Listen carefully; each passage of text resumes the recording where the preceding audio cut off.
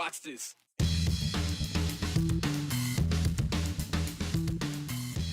He turned 18 just last week. Just yesterday, he turned in an unprecedented performance in an election, unseating an incumbent on the Boise School Board, becoming the youngest and first current student to serve.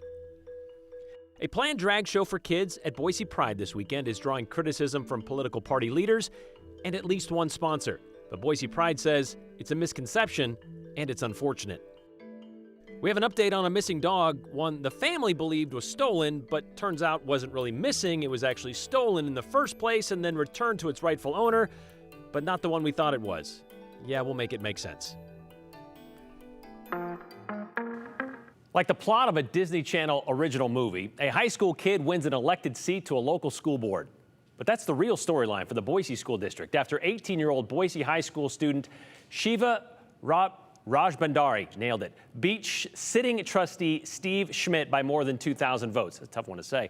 It may seem like an oxymoronic stretch to say this school board election is an interesting one, with a right-wing group trying to push candidates of their own to push back from the other side of the spectrum. And the answer seemed to be Boise voters are doing just fine, thank you very much, and so is their school district with the way things are going, except for the electing of the high school kid. So what will it be like to have a student on the school board? Well, it won't be about longer lunches and no homework like a TV movie might make it seem. Here's Joe Paris. The Boise School District Board of Trustees election is in the book. 13 candidates ran in 4 races for 5 trustee positions. A first of its kind outcome in Boise, 18-year-old Boise High student Shiva Rajbandari beat incumbent Steve Schmidt in race 4 to earn a spot on the Board of Trustees. Were you surprised that you won, or I guess what was your feeling going into the election? I don't know. We were just we were knocking on doors. We knocked 2,000 doors this weekend out of like 5,000 total doors. So we were putting in the work for sure. But you know, you never know how an election is going to go, especially some of these local elections. And yeah, I was certainly super honored to have the trust of the voters. And you're in a really unique position here where, I mean, as far as we can find, you're the only student that's ever been on the school board here. What do you think that balance is like of actually being a student in the district and then, you know, having the 50,000-foot view of being on the board?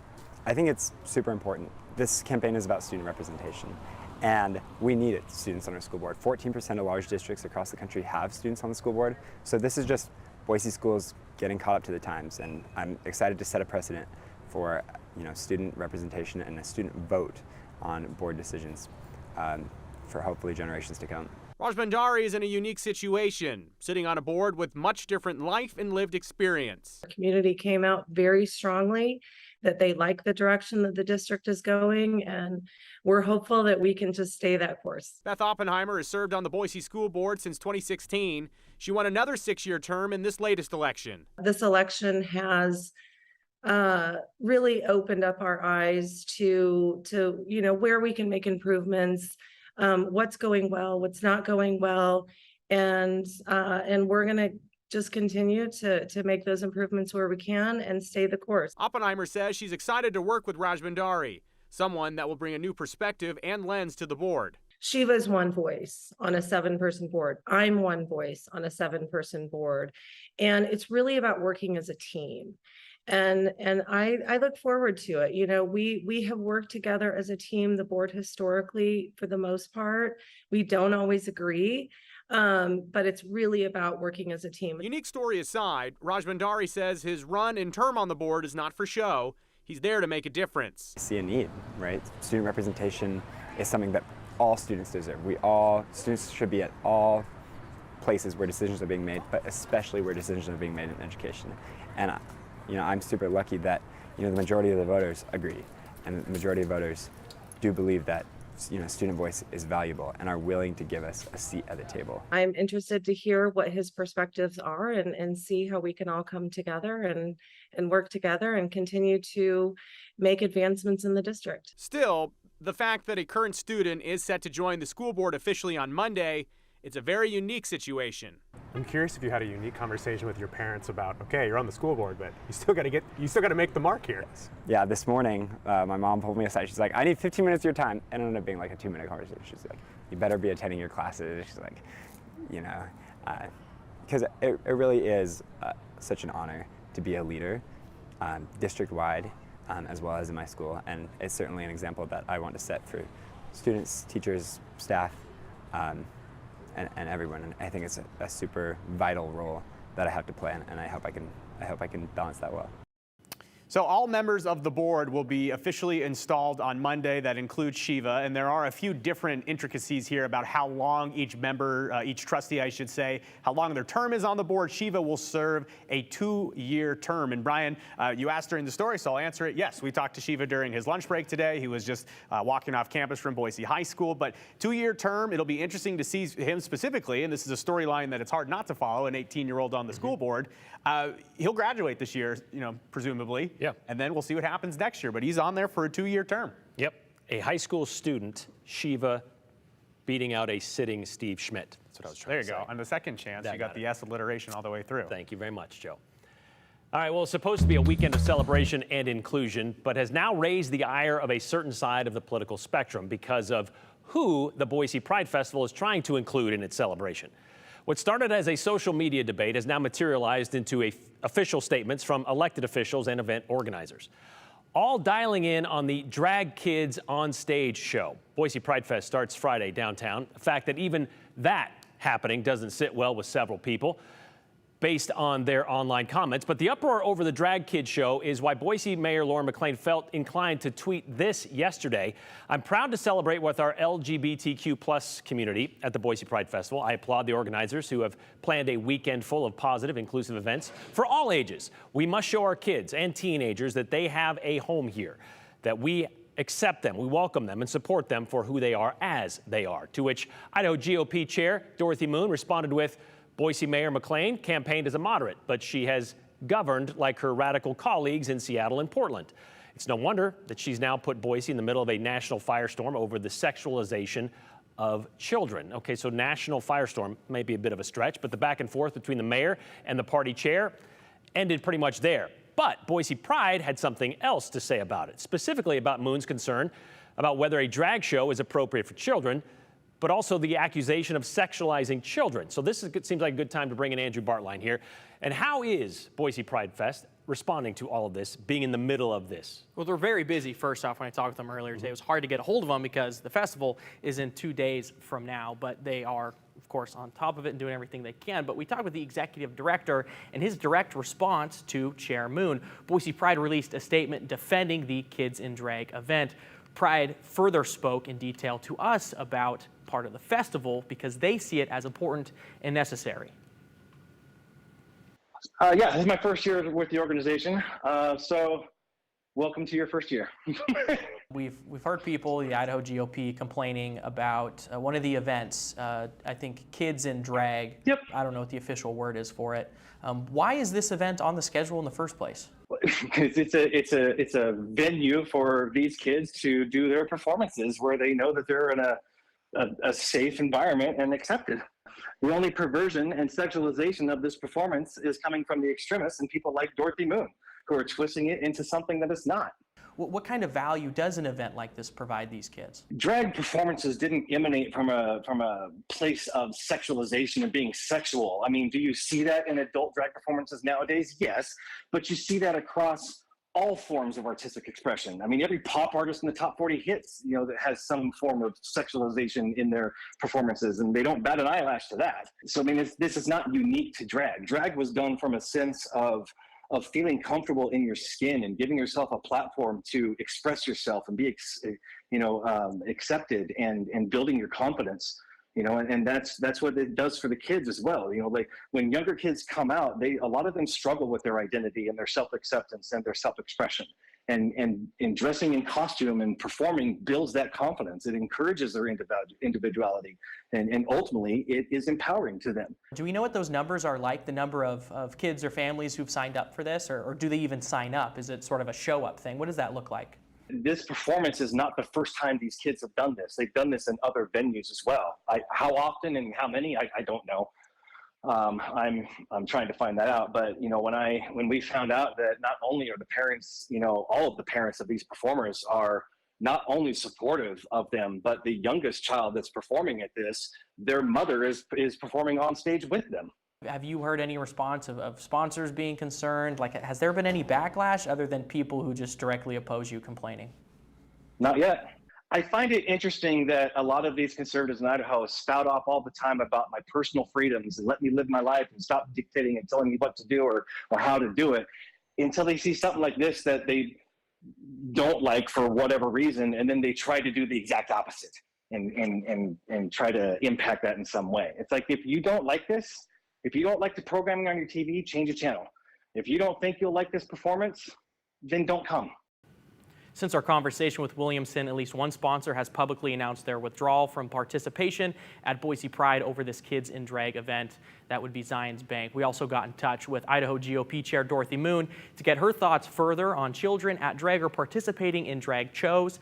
Chair Moon confirmed her statement this morning that it was directed at this Kids at Drag event. I asked her what exactly she finds inappropriate for children at drag events. She wrote to us, drag queens themselves have pointed out problems with drag entertainment for children, and she refers to a former drag queen, Kitty Demore, hope I'm saying that right, and her experience, where she says there are sexual things on stage. A drag queen performance is at a nightclub for adults, and goes on to say there are sexual stuff that happens backstage, a lot of nudity, sex, and drugs. Moon finishes by saying, okay, so I don't think this is an avenue that we would want our children to explore.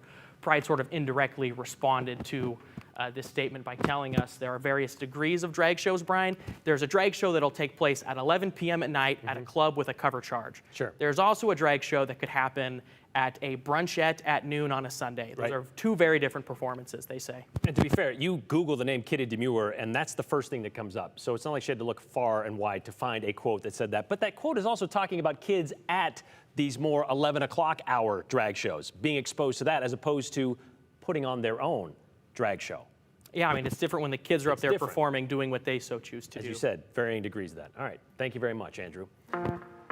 Well, it looks like you're going to have one less thing to consider for November's general election. Just about an hour ago, Reclaim Idaho announced they will be removing the Quality Education Act initiative from the ballot, a fact confirmed by the Secretary of State's office.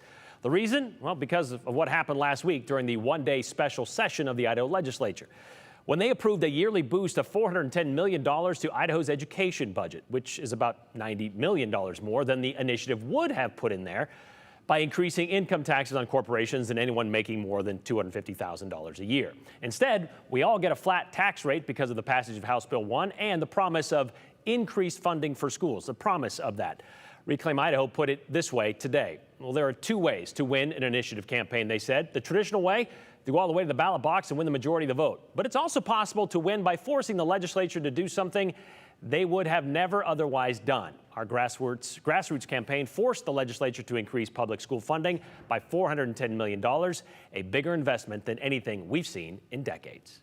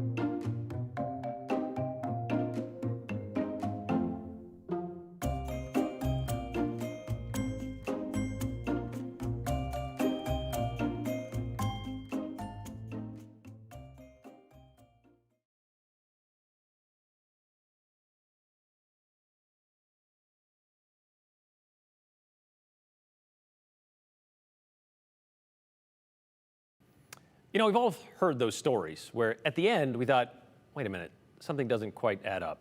And that's kind of where we ended up last week after we brought you the story of Sam, the missing yellow lab from the Boise bench.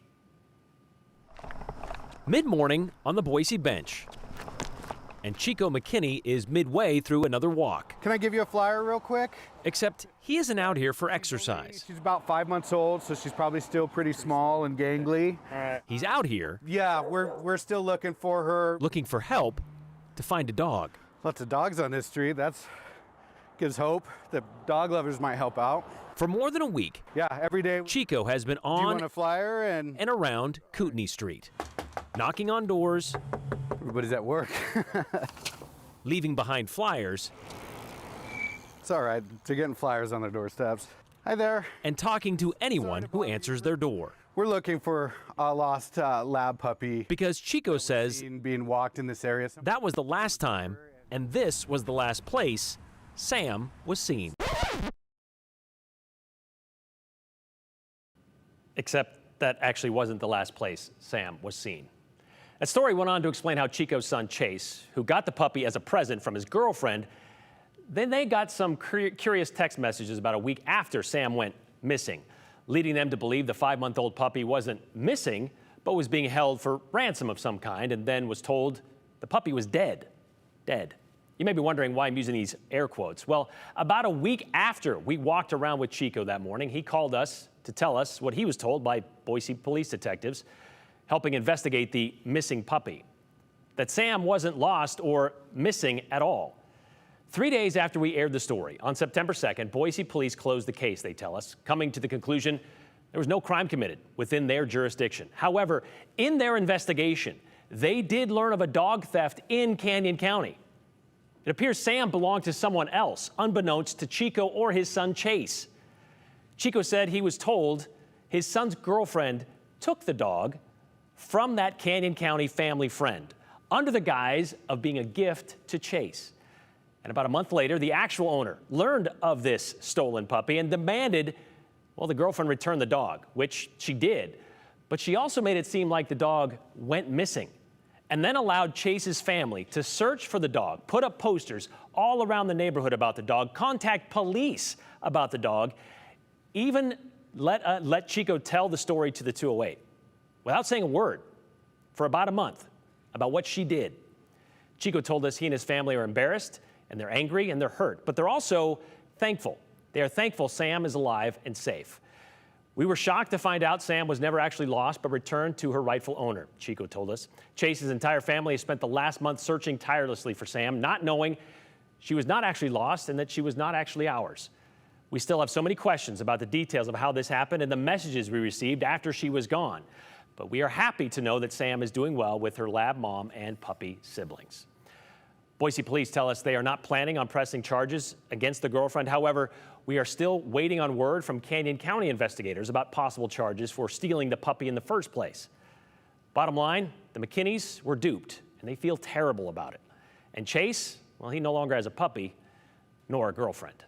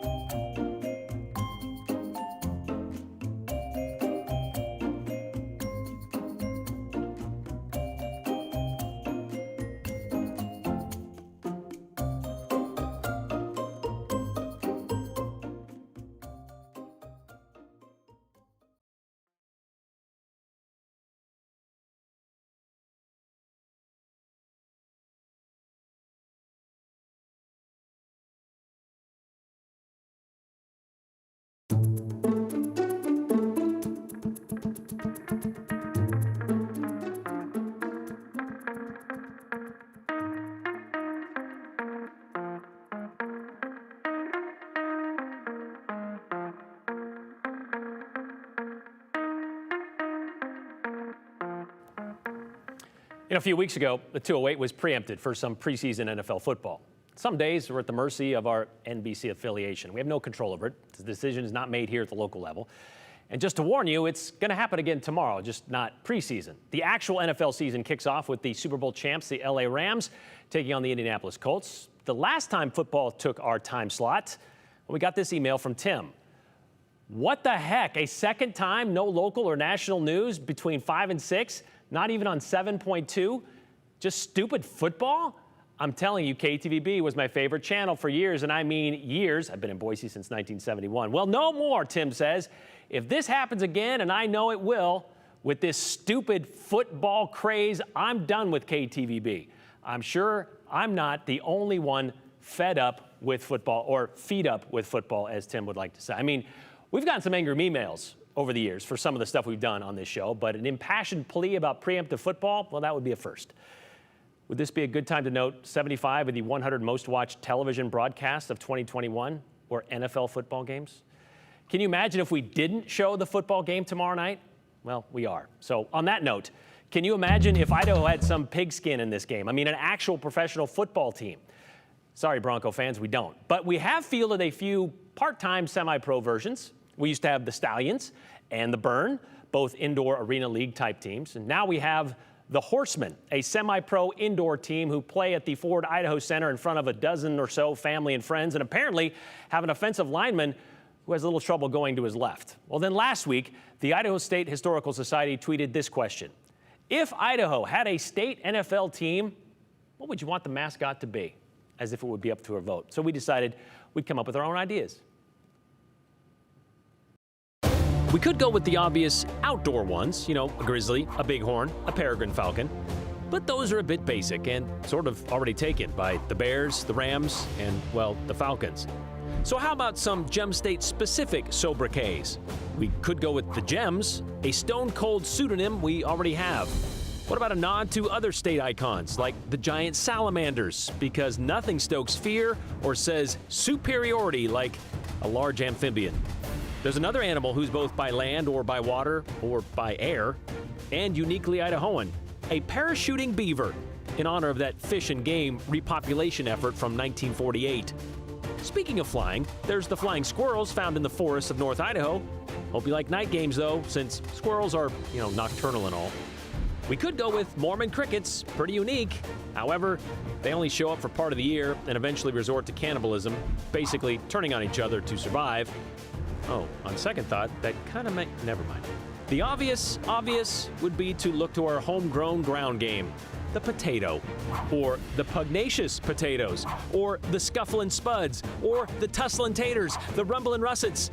Sorry, Shelley, but you get the idea, which is probably why we haven't gotten a team.